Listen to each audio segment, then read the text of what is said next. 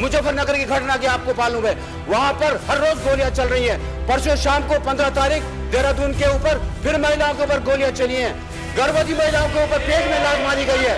और आप लोग क्यों इसके ऊपर निर्णय नहीं ले रहे हैं, कृपया हमको बताएं। कुछ लोग कुर्सी से बड़े नहीं बनते, बल्कि अपने किरदार से इतिहास लिख जाते हैं।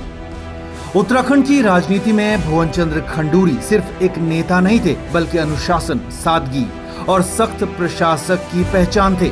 सेना से आए खंडूरी जब सत्ता में पहुंचे तो उनका अंदाज बाकी नेताओं से बिल्कुल अलग था। कम बोलना, सीधी बात करना, फैसलों में सख्ती, यही उनकी पहचान भी बन गई।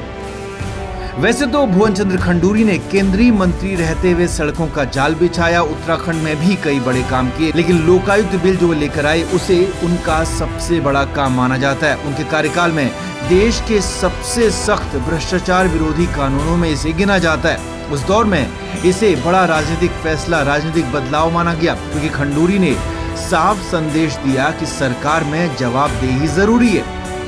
केंद्र में सड़क परिवहन मंत्री रहते हुए प्रधानमंत्री ग्रामीण सड़क योजना को तेजी देने में उनकी अहम भूमिका रही और इसका फायदा उत्तराखंड जैसे पहाड़ी राज्यों को भी मिला, जहां दूर दराज के गांव सड़क से जुड़ने लगे।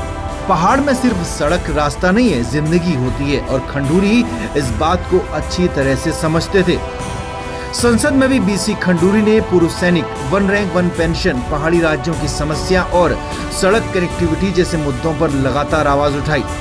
सेना की पृष्ठभूमि होने की वजह से सैनिक परिवारों के मुद्दे उनके एजेंडे में हमेशा सबसे ऊपर रहे। एक रोचक तथ्य ये भी है कि मुख्यमंत्री रहते हुए उन्हें सरकारी तामझाम और खर्चों में कटौती की बात खुलकर की।